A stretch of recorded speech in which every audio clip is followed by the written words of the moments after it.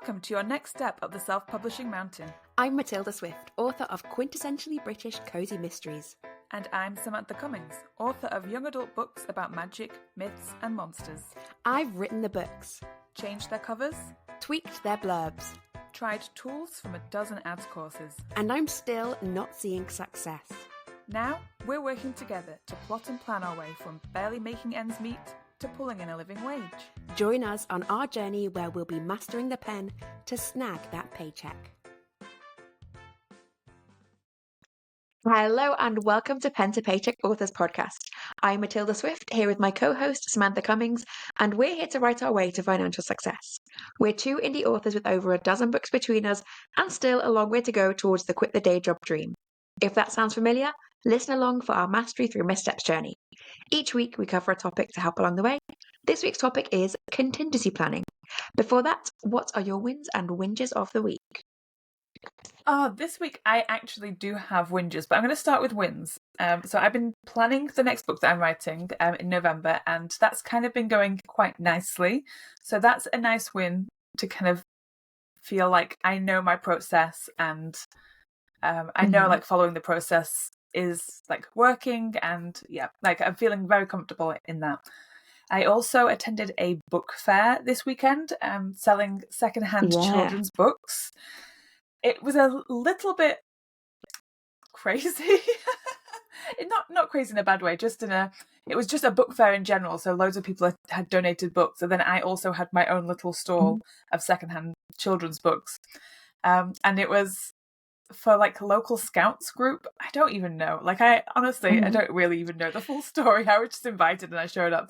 But it was really fun and really like reminded me of how much I like to be like a human being outside talking to people and like talking about books and like specifically talking to kids about books, because I love children's books and young adults. So I had some great interactions with, even though I myself do not want children and generally don't like many children, I do like talking to them about things that I like. It's very enjoyable and yeah, just nice to get out. But I also kind of used up all of my human beingness, and today I have been just so zonked, just so tired, and emotionally, mentally, spiritually, metaphysically, universally drained from all of this stuff. And it kind of is compounded by the fact that last week my car broke down and I've had to get it all fixed, and I'm currently just doing public transport whilst I wait to have things done. So a real, just a real balanced week of good and bad.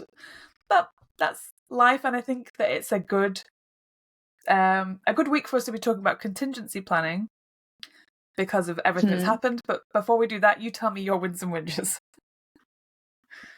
Well, before I do that, I'm just going to apologise. My cats are having a really weird fight in the background. So if you can hear, they're very into it and they're being quite vocal. So if you hear some moaning, it's not me.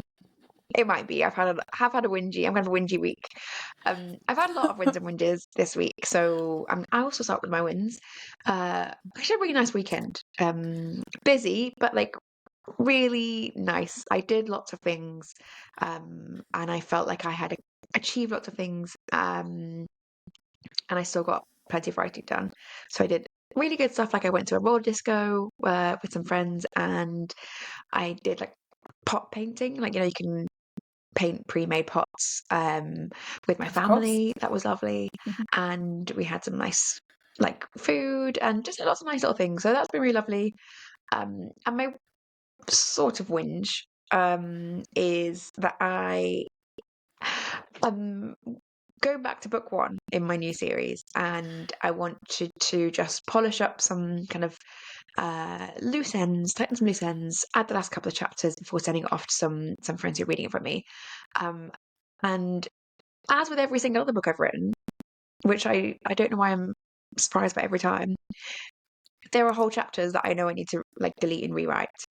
And when I write first draft, I write knowing this. I write like, don't worry about it. Don't worry about, don't stress about it. First draft is just get it down, easy breezy, just to get myself through it. And then when I come to edit, I am so annoyed at my past self. Or I believe the lie. I believe like, oh, it was easy. It came out great. book's going to be a winner. And then I sit down, like, oh, why are there so many rubbish chapters here? So you don't. I'm surprised every single time, and it annoys me that I'm surprised by it because the second I go through the surprise process, I'm like, no, you knew this was going to happen. I don't know why you let yourself be fooled. So a little bit of that this week. I've still got a couple of days before I want to send off to people. I'm going to wrap up the middle section needs a bit of rewriting. It doesn't need to be perfect to send off to people because I'm still going to do a whole edit, but I want to remove stuff that I know is already problematic. So that's a couple of days. It has been nice to think about the book, but it's also left me feeling a bit existential in that I'm, want this book to be fantastic. It's a new series. I'm doing a big launch. I'm really planning a great, list of things for it. And I look at it, I was like, oh, this whole middle section's like doesn't belong in the book. I have to cut this whole part out. The ending is still a bit confusing. And that feels like hard to plan for a really great book when all you've got in front of you is a kind of pretty mediocre book.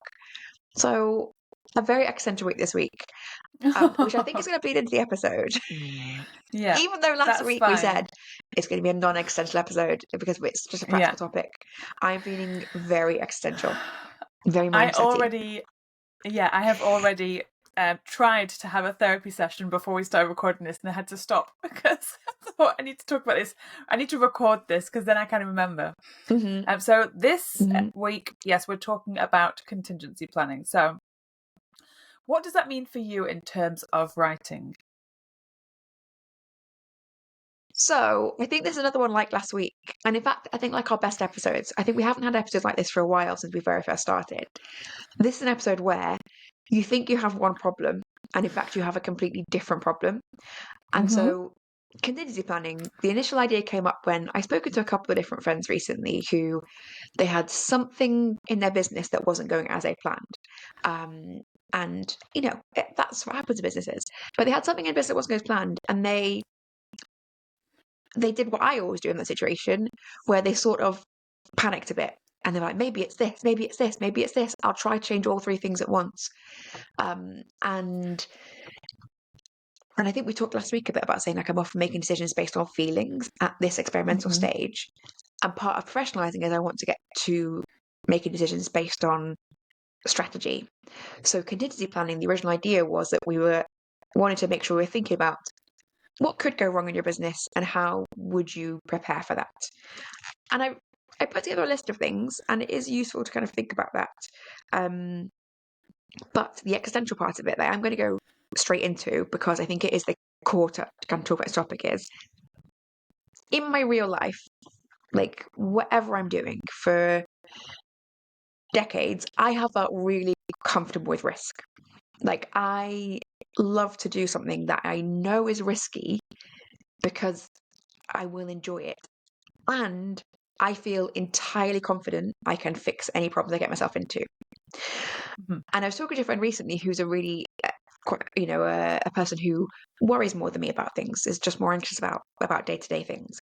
And we were trying to pin down, like, oh, why do I, Matilda, feel not like that? And it is because I just have had tons of experience of doing really risky things, and I'm always fine.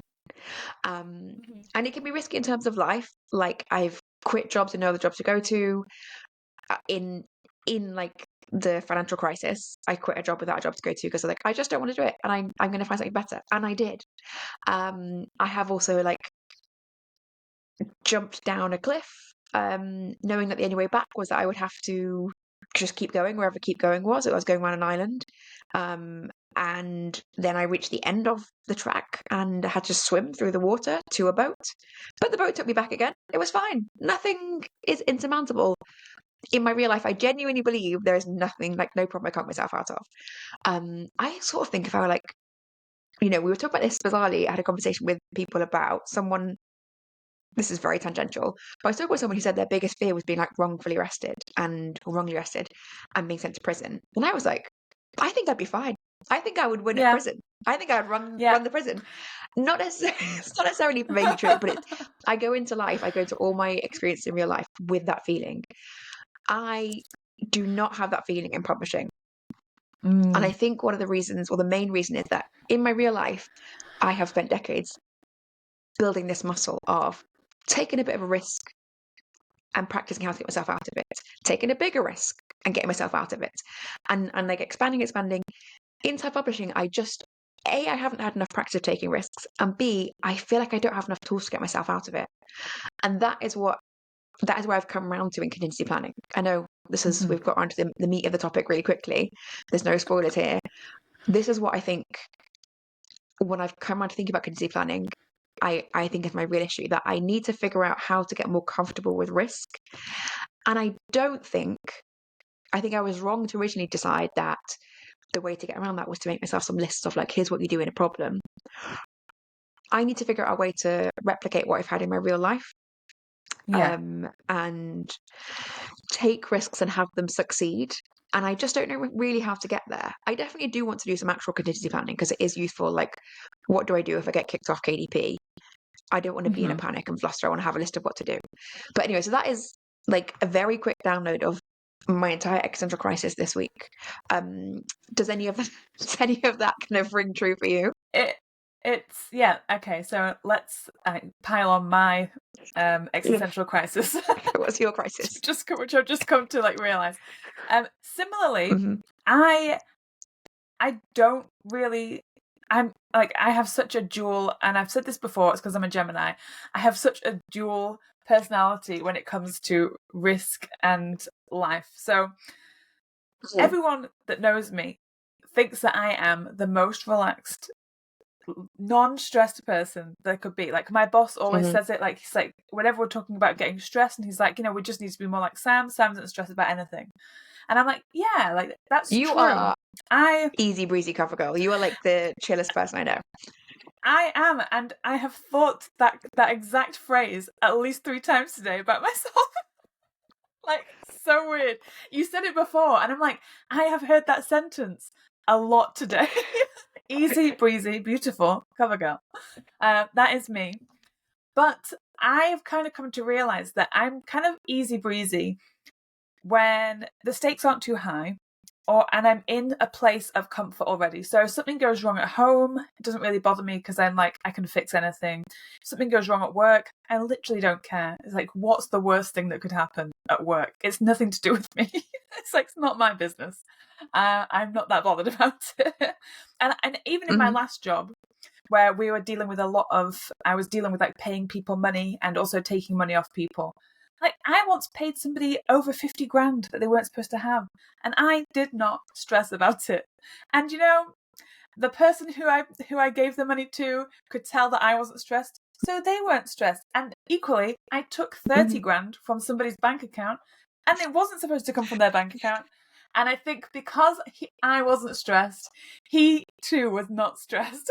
So, like, I've had some some sort of Nigerian prince scam. Right? Like, what? What was that? Yes, I was sending people emails. Your long lost cousin, and I need help. No, it's just like things that would happen, like computer glitches and stuff. And in my old job and in my current job, I'm the person people go to when something goes wrong. They're like, "Oh, Sam, I'm sure Sam can figure out how to fix it." And that is me in a nutshell. Is like, I do think that I have a very good quality of not panicking and honestly thinking I can fix anything that goes wrong. I honestly, like, I have like real, really put myself in a high position of like, oh yeah, I think I could do anything. And I do. I think I could land it. I think I could land it, even though I've done a flight simulator before. I cannot land planes, but give it a good try. Yeah, no, it doesn't matter how much practice, I could not. But I'd still try. But the thing is, I don't have that same easy... I'll just read that. Yeah. I don't have the same easy breeziness when I'm outside of my comfort zone. So when my car broke down, and I've been driving for 20 years, I've never broken down, which in itself is insane. Very lucky. And this time I didn't really break down. My battery was just flat. So it wasn't a real breakdown. But I still had to call somebody to come out. Are incapable of charging a battery, right? Your battery's broken. Yeah, it was jump started. The guy did jump start it, but for some reason when I tried to jump start it, it didn't work, and my cables melted. Let's not talk about it. Very stressful evening. But Okay, that sounds awful. Yeah. but also, I was only in a car park 5 minutes from my house, so it wasn't that bad. It was the softest breakdown you could ever have. I was in Tesco's car park. I was next to Marks and Spencer's. If push came to shove, just go and chill at Marks and Spencer's. But because I'd never experienced it and never had to call anyone before, I was stressing out of my, like, I was not in a good place. I was like, I don't want anyone to be around me. I'm going to probably explode. And then when it was fixed, I was like, oh, fabulous. I dealt with that well, didn't I? And I didn't. So to bring this back around to like contingency planning, the knock-on effect that had, that my car breaking down had, is that for the last like few days since it happened, I have just not felt like writing or working. I've really just felt at like a complete loss. Like I lost my just like my usual routines, and I was like, oh, I'm so tired from like everything that I've been doing recently. So I fell out of my habits, and that's fine because I know like I can get back into it. But I have a fear of like the unknown, which I didn't realize I had. I thought that I was fine. I thought I was really good at just like bouncing back and things, but it's just because I haven't put myself into more unknown situations where random things could happen. So it's like you, I think that I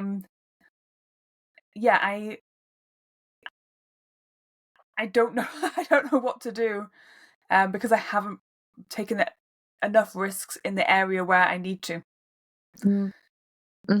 I think that's a major thing because like we all just stay within our comfort It zones. just feels like we need like a sad epiphany sound, because I feel like we both had an epiphany of like, here's a thing that we know is bad and we can't fix it right now. Epiphany. Yeah. Oh, epiphany. Okay, let's just keep talking about it then. So let's keep Okay. working through it. So I think it's definitely useful to have kind of, or at least it feels useful to me to have pinned down what is the real problem. And because I have really sort of been like chafing against something for a while that I feel frustrated. I don't really know why. And I think part of it is that I can't do anything about it. I'm a doer. Like there is no unknown situation that I think that I couldn't handle. I have done a lot of like traveling and a lot of difficult things, and I have had a lot of really weird jobs, and I just think I'm fine. Like I'll figure it out in my real life. And yet, and because always there's something you can do, I I've got a lot of strings, what's they call, like a lot of strings to your bow, which makes no sense. Why would you have more than one string to your bow? Anyway, um I've just got a lot of strings I can pull on, like a lot of things I can do. So I feel like I am personable. I can talk to someone and get help from them, which again, I think I undervalue. We talked about this, I think, last week. I'd just be like, oh, I love just chatting to a stranger and I can get them to help me out. And, I can think my way out of a problem. I have people I can call on to help me from my life. There's a lot of different things that I feel confident I can rely on. I can't remember mentioned the podcast recently, but I've got a friend who can talk about life planning, and she wants to make a big risk in life and she just can't, and she's really stuck in making a big change in her life because every thing that's suggested she can make an obstacle in it.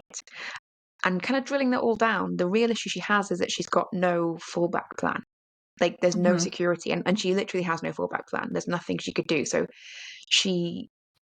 there are a lot of steps that I would take in her position that would put you in a risky position, but I know I've got a fallback plan. Like if I, quit my job to write and I just and someone stole all my money, you ran your scam and you transferred all my money out of my account, and I had no money and I lost my house, I could live with my parents. I would not enjoy making that move. I love my parents and we got on really well, but I would not like that to be the course of my life. But I could. Yeah. So that is a risk I'd be happy to take in terms of taking a big swing with my choices. But I just, I just feel like I don't have any like things to pull or things like any dials to turn that I feel like in control of in terms of self-publishing. And that to me personally feels frustrating because that's something I rely on to feel confident, is that I know I can do things. And it feels, and part of that is just like I'm being frustrated by the slowness of the process. Like I need to get better at advertising so that one of my dials I can turn is advertising. And I need to have more books so that one of the dials I can turn is having different entry points to my series. And that just takes time. But also, it's a thing that specifically frustrates me, as in not just only me, but as in it is a thing that frustrates me disproportionately to how big of a problem it actually is. And I think it's useful to kind of have become aware of that and just think, and like just to remind myself that I am being frustrated by things because I'm relying on a mindset from a different part of my life, from like the, Yes. traveling around the world part of my life. And I'm trying to apply those skills to self-publishing. And I do not have those skills in self-publishing. And I need to find either ways to bring those skills into my publishing life or to just develop different skills and find another way to feel confident and like I can take risks, because currently I don't, and that feels incredibly uncomfortable to me because that is how I Yeah. live. It's funny because I think both you and I, the risks that we've taken in our personal lives, because I've done the same. I've travelled, I've gotten into cars with people I didn't know, and I mean, Yeah, yeah, it's fine. yeah. No, And yeah, you've and I've never gone died. to, I've never died, and now I just feel and invincible because I've done loads of stupid stuff and never yeah, died. yeah. I've done silly things, and I've never put myself in like immediate danger, but enough danger where looking back, I'm like, I don't think I should have done those You things. should be dead. Yeah, and um, but those like you kind of just go through life having those things happen, but you also kind of we did put ourselves in those situations to experience life. What are the risks in publishing that we need to make a list of that we can put ourselves in on purpose? Maybe it's like I don't want to have things happen or go wrong. Say like I don't want to lose my KDP account and have to learn there and then how to It's fix fine. Yeah. it. But it's interesting, I like, would, because we came at this topic in terms of like, let's make a list of things to pre-prepare for worry that will keep us safe. yeah, yeah. Even though the way that we both feel safe is in fact not doing that in our real life. So I was talking to someone recently, that friend of mine who was saying worries a lot compared to me. And I was saying that actually what I prefer to do is all the time that he spends worrying, I just don't spend worrying, and I can use that time fixing the things that go wrong. So say he worries about 20 things, I worry about none of them, and maybe one of those things out of 20 goes wrong. I can spend that time fixing the thing that goes Yes. wrong. Yeah. I think I don't know whether contingency planning is the thing that's going to make me feel safer, because that's not how I feel safe in my real life. I feel safe by knowing my own strength. Yeah. By But then flexing muscles maybe or that's like not, working on the muscles. yeah, Hmm. yeah. But maybe that's not doable in self-publishing. So maybe I'm trying to incorrectly, like, try and Yes. grow a muscle I can't grow. I think that's it because I don't think we'll be able to grow them until the things happen. And so it's like I struggle to imagine things going wrong. I struggle to imagine the challenges that I might come up against, like other than what I'm already coming up against in self-publishing. That's like a thing in Yeah, itself. and I Like think I will be. I, I think I will feel defeated by them, right, in a way that I just don't experience, and I think yeah, it feels bigger to me. I think the defeat feels bigger to me than I have really let myself recognize, because I just don't experience that defeat feeling in the rest of my life. yeah, I have pushed it away, and we talked last week about saying we sort of maybe intentionally stayed small as a way to not confront um, potential problems. hmm, And I do think there's definitely something of that applies to this, in that yeah, if you don't make yourself face risks, you'd never have to confront the fact that you are in quite a weak position, that I don't yes, have dials I can turn. And because I don't want to be in a situation where I rely on being able to fix a problem and I don't have a fix, that would feel awful for me, because that's not something that's a fundamental, like, core part of my personality, that I believe I can fix problems. hmm, I think I don't do things self-publishing because I don't want to confront the fact that I don't have that power right now. And I often find this But when I speak to people that I know who are not problem solvers, who are kind of sit in situations where they feel a bit more fretful or they feel uncomfortable. I find it sometimes hard to talk to them because I'm like, well, just fix it. Just get on it and fix it. yeah, yeah, Um, yeah. and maybe that's why I feel like I am maybe not progressing in self-publishing in some ways, is because I don't want to have to look at myself as the person who isn't fixing stuff and who isn't like, you can Yes, just fix it. yeah. And I don't want to see that You version of are, myself. So I don't, yeah, I'm not stretching myself. you're harboring a fretful person under your cool exterior. Yeah. I know. No.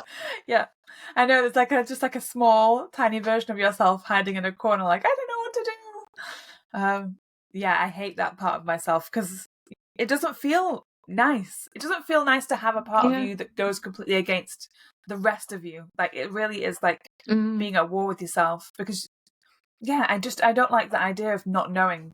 I hate feeling stupid, and Yeah. I think that's like a feeling that I've battled my entire life. I hate feeling stupid. Like I've gone above and beyond to make myself useful to everybody and everything in my life. Like, why can't I be useful for myself? Yeah. So then Oh, what is the fix, right? So if this were a problem in real life, I think it's just that I don't know. I don't have any solutions. But I think I'm also almost like catastrophizing in that I'm looking at this like void of worry. And it's not even real worry, right? I'm just looking at a void of like lack of solutions. And so I'm almost not yeah. looking at it. It might be helpful for me, I think, to pin down like places where I know I have um maybe not the things that I should have done because I wanted to avoid confronting the fact that I don't have solutions. So one thing I definitely Yeah. haven't done, and I can make excuses and explain away things as much as I want to, but I haven't advertised enough. Um, and people say like, "Oh, don't advertise if you've got 3 books." So I was like, "Oh, great, I won't advertise. I've got 3 books." And then I had 4 books, and then 5 books, and then 6 books, and then it But was like, oh, I won't here's advertise until I've changed my covers because actually the covers aren't marketed to market. So I'll do that. But then it's like, oh, but that's going to cost a lot of money to change his covers.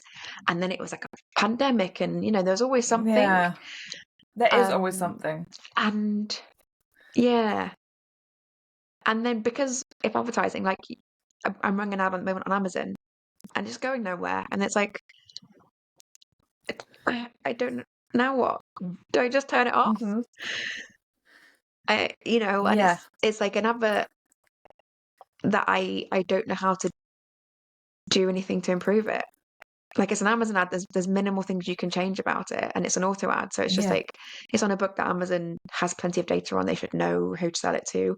They have sold the book themselves. I've seen them do organic pushes on it, and yet the ad's doing nothing.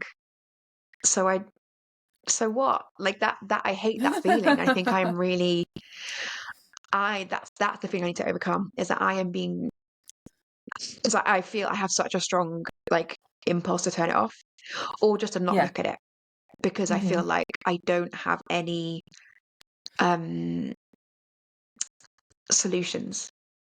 Yeah. And I'm so used to having like fast confident solutions that this feels like such a place of discomfort for me.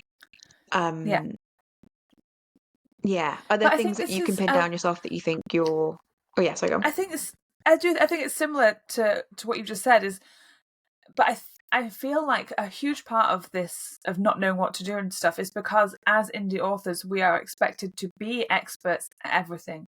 But really like we're only experts at writing. And I don't want to be a Well, marketing not even expert. that, right? you're I know, yeah, like I'm just you're just I'm just you're a monkey at a just computer, trying. like yeah. Yeah. Um and I don't want to have to get great. I don't want to have to be a brilliant marketer to sell books in the Hmm. same way that I don't want to be a digital designer and do all my own covers. And I don't want to be an editor and edit my or anyone else's books. So the thing with marketing and doing ads and things is that like would you feel confident and comfortable designing your own covers? Probably not. You won't want to do it. So why are we do marketing ourselves? I mean, this is a money thing, like spending to get somebody else to do it, but why hold ourselves so accountable for something that like we could ask somebody else to do? So they could do, right? And that's yeah. That again feels uncomfortable. It's like, why am I not paying someone to do it? And part of that is like what we talked about last week, is I just don't have enough. I don't feel confident in the books, right? And then why not? And that's again, that's a position. That's me not making a decision because I hate being in a place of discomfort and a place of not knowing. And I think if it's too, I can't look at my books dispassionately and say this is an 8 out of 10. It can, on a like quality or saleability scale, like stand next to these 3 comp authors, so I should put the money in, they do. Like there's no way to view it that way. So right, so I am, it is just uncomfortable. So I think that's kind of, it's useful for me to kind of pin down. There's nothing here that I'm saying I need to change in terms of like craft or marketing or literal things to do. It's that it's a mindset thing. That I am letting myself not confront things that in my business make me feel uncomfortable because I'm so used to feeling confident in the rest of my life. Yeah, I think I know we have strayed so far from the topic today. I know. but no, it is related because I think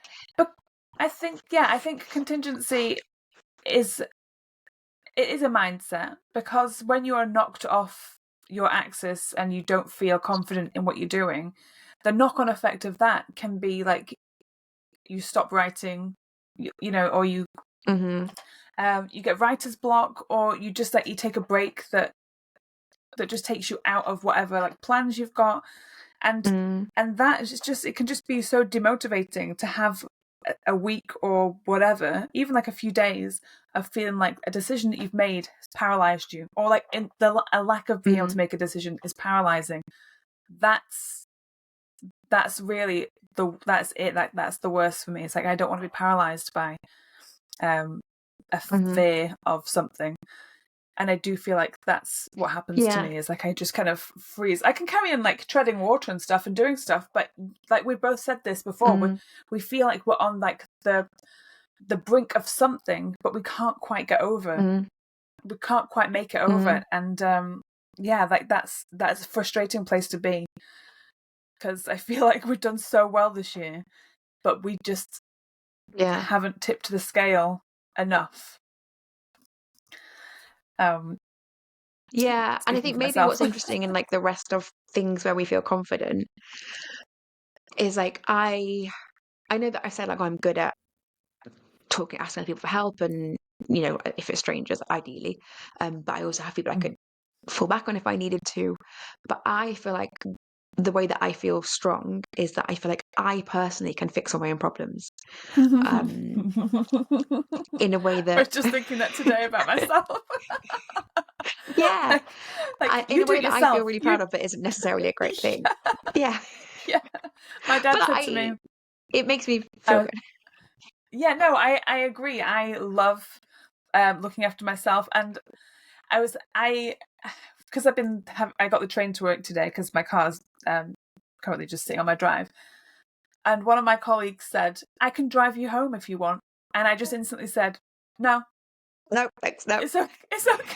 Like I was like, "I've already bought a train ticket. It's fine." Even though I was so tired, I thought, like, can I be bothered walking home? But then I did walk home because I didn't want to accept a lift off somebody. And my dad has said to me, like, he texts because my dad's so good. Like, this is where I get my kind of can-do attitude, which I usually have, is because my dad is very much the sort of person that's like, there's no problem that we can't fix. Like, there's nothing nothing we can't handle. If you ever have a problem, just like give me a shout. And he has been texting me saying, do you want me to drive you to the shops? Do you want me to like drive you to and from work?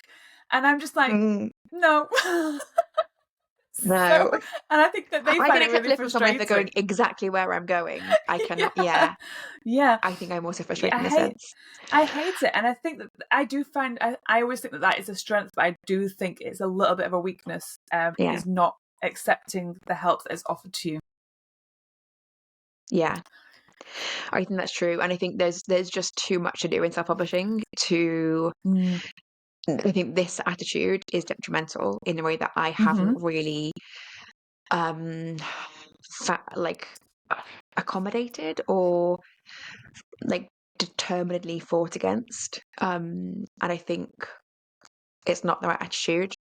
Well, it's interesting. We were talking today in the Cozy Mystery Clubhouse that I'm in. We were talking about kind of like a wish I'd known then episode or meeting, and it's a conference call for a bunch of cozy writers, and people talking about what's the thing that they wish they had read when they started. And a lot of the conversation was all about, I wish I'd found a community earlier, and I Mm. wish I'd found other people. And I do have other writer friends, but I really struggle to ask for help, to not to talk about anything in which I don't feel like I have expertise, because that's Yeah. part of my like can do feeling, and I want to feel competent Mm-hmm. and confident. And I don't know how to explore areas in which I am absolutely like god awful rubbish. And I just don't want to. I don't want to like approach them even myself. And Yeah. that is absolutely holding me back. Um, and I don't know how to go about things a different way because it's so ingrained. Like that's Yeah. the way that I deal with things. It's a way that I think is not healthy and definitely isn't serving me now. Yeah. And I'm not sure. I'm obviously not going to come to an answer within like a. I'm going to find this like a sub 1 hour podcast. This is such a therapy episode, but I think it's something for us to keep talking about. And we've got another series coming up that I think we will hopefully be. We are determined to try and tackle kind of something like this and to really push ourselves outside our comfort zones.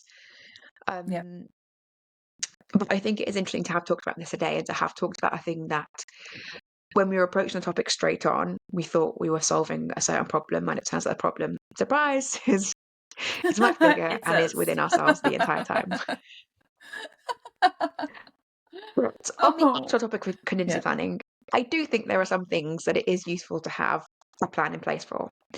And Mm-hmm. it has been useful this week. I made myself a list of things that I want to make.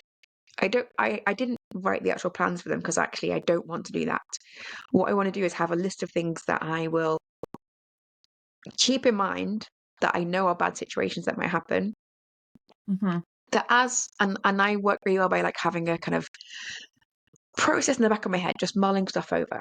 That I'm not Yeah. Same. sitting down and really like just bashing out. I prefer to like put things in the back of my head then mull over them. So like it was useful for me to make this list of what are the things I would like to at some point have contingency plans for.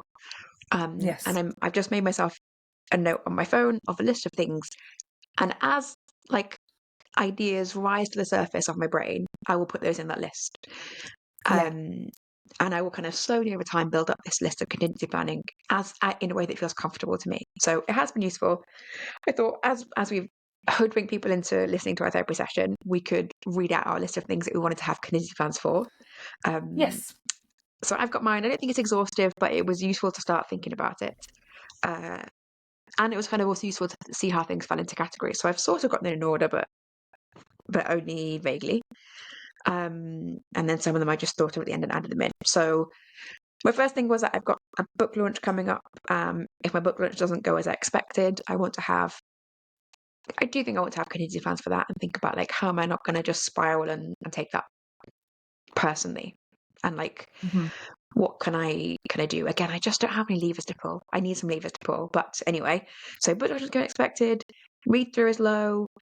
Amazon message you saying request copyright information or you lose your KDP account. If I were a full-time author and I lost my income like that I need to survive, what would I have in place for that? Newsletter effectiveness drops off.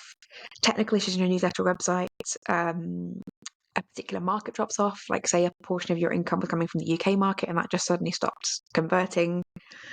Ill health, life emergency, which I think they're pretty likely to happen to all of us at some point. Um, in my current situation, if I lost my day job, my cover designer could disappear mid-series, or there's piracy. So there's a list there that I've started, and I kind of want to just slowly add to that list and then slowly add solutions to it. But Mm-hmm. as I was making that list, that's when I had the realization that like actually having a list of solutions isn't what I need. What I need is to feel, I don't know, to feel a different way.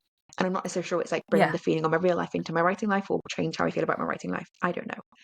But that Mm-hmm. was my list so far. Did you also have a list of contingency plan related topics, Yes, I have given that's the got actual topic of our a very subject short today? list. I know.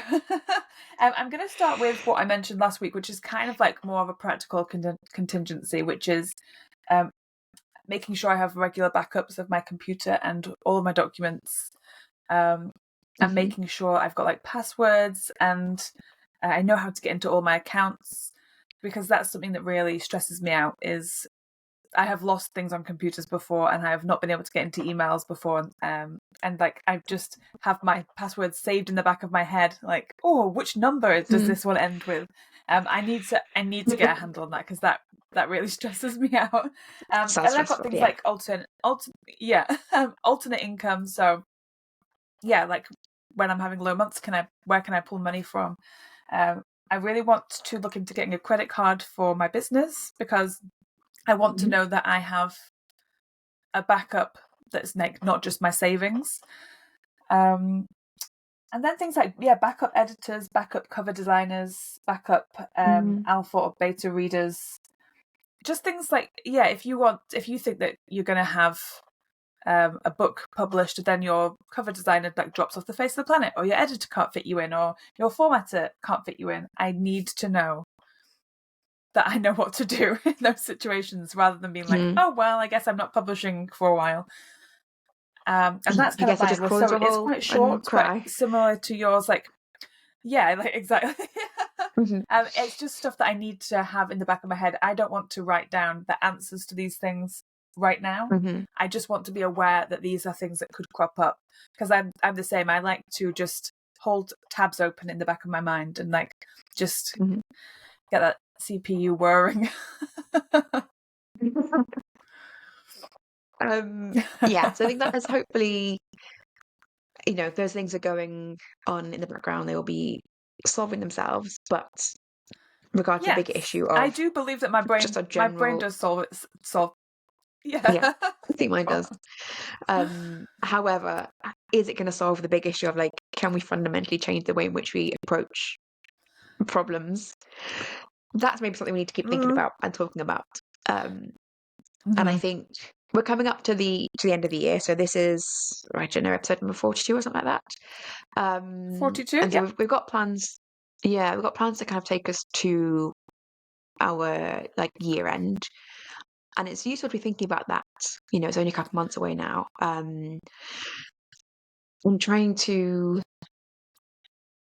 yeah, not quite put a button on it, but as in like really have made some significant progress. And so it feels like towards the end of the year, I feel like I want to have this a better handle on how I'm feeling right now. So I'm not necessarily in a rush to say like, oh, I want to figure out how to change my approach to problem solving. But again, I'm going to keep that open in a tab in the back and just sort of keep pondering on that Mm. and seeing like, how can I make some meaningful changes in that area? Because I think that is a thing that is holding me back. But as I said, we have got ideas that we're going to be working on over the next couple of months to take us to the end of the year. And that kind of goal of having made some meaningful change by then. We have got a new series coming up Yes. that we're calling Put Your Money Where Your Mouth Is, which I like as a series title. But the Yeah. first episode, the title of that is maybe slightly needs a bit of explanation. It's called Trust in the Process. So what do we mean by that? What's our episode going to be about next week? I love when you ask me these questions, because I know it's because you don't know. I've got it written down actually this time. I'm getting better at writing these things down, but I Okay. know you Because will also have it written down. yeah, I did write this down, but I still don't remember what we're talking about. But I think it does tag on to this. It is, in my opinion, trusting the process is like, it is another mindset thing. It's just knowing that like I know how to do what I'm doing. Sometimes I do feel like I often call myself like a baby author, or think of myself as being like a really low rung author, but I'm not. Like I've got a whole process that takes me from like planning a book, writing a book, editing a book, publishing a book. I know how to do it, but I still kind of treat myself like somebody who doesn't know how to do it, which is just, it's all mindset. And it's something that I've really learned this year, is just like my whole problem is just mindset. So that's what I'm kind of coming at this as. I really want to cement it in myself that like these things that I do know. And I don't know. I really, that's kind of like what I'm thinking so far. What about you? I think one of our angles on this topic was because we want to really work on advertising, and like in a way that is more systematic than our previous like experiment and see what happens style. So we talked last week or a couple weeks ago about Facebook ads, and you know, even though you know that Facebook ads take a couple of months to really get going, you'll see the bad results and they just cancel straight away. I am the same with this Amazon ad that I've got going right now, which is like a tiny ad that I'm just running. And before I set it going, I was like, I'm just going to run this tiny ad to get better at the process of running this ad. And instantly I feel like I hate everything. I just want to turn it off and stop looking at it. And the world is awful. And I can't do anything. I just want to slam my door like a teenager, which is not productive. So I think this episode, Trust in the Process, is about us getting more comfortable with things like that, with like just understanding that, not even understanding, like literally embodying the things that we know, where we are like running an ad, for example, and we know it's going to take a while to get going, and then doing that confidently rather than doing that and be like, I'll let the ad go and not look at it because that's the only way to like keep going. So I've got in brackets on this definitely Facebook ads and BookBub ads as two ads we're going to try in this vein. So yeah, it should be good. Yes, I'm feeling. I did already start mine. Excellent. Did you start a new Facebook ad? I was a good girl. Yeah, I started a new Facebook ad. Just specifically for this. Like, yeah, I'm gonna, like, I know how you do it. I know how Facebook ads work. What am I talking about? So yeah, I'm already in the middle of something, and I'm excited to talk about that next week. I am going to go and start a Facebook ad right now because I've got a specific ad that I meant to start a few days ago and I did not start it. And I'm going to start it and just get some, again, like just a little bit of trial with intention, and get that going so we can talk about it next week and feel confident that the process is not a reflection on me as a human being and my ability to solve problems. It's just something I need to trust. Yes. Okay, so Fabulous. we're at the end of another therapy session. Hopefully you're feeling better. And people who've been listening have been thinking along about their own maybe mindset things that are holding them back. And I think the key for me is thinking about how the real world relates to my writing world and how they're not the same. And I need to find some new processes. So epiphany for me, but epiphany in like a low voice or a whisper with a little bit of tinge of sadness, because an epiphany is like, I don't feel great. But I think we will feel great as we kind of dig deeper. We're now into the like excavating a wound. Oh no, I'm back into the metaphor territory. I'm leaving metaphors today. There's the end of metaphors. It's the end of the episode. Thank you to everyone who's listened this far. Hopefully it's been helpful. We'll be back next week with a maybe slightly more practical episode. And we appreciate everyone listening. Do please leave reviews, tell your friends, like, subscribe, download everything. Thank you again, and goodbye. Goodbye. You've been listening to Pen to Paycheck Authors. Stay tuned for our next episode, and don't forget to subscribe to learn how to write your way to financial success.